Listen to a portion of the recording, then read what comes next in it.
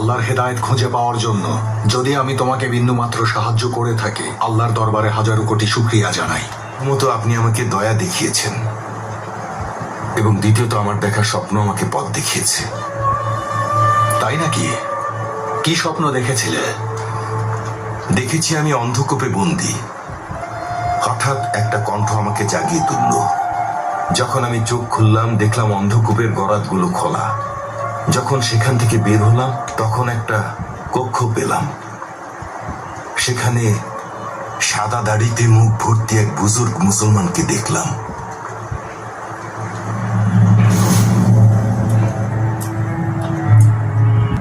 এখানে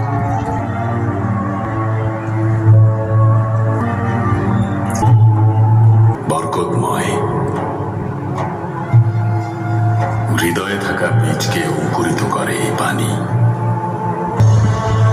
উনি বলেছিলেন আল্লাহ আমাকে সাহায্য করবেন, রহমত করবেন আমাকে। যখন জেগে উঠলাম, আমার চোখগুলো ভেজা ছিল।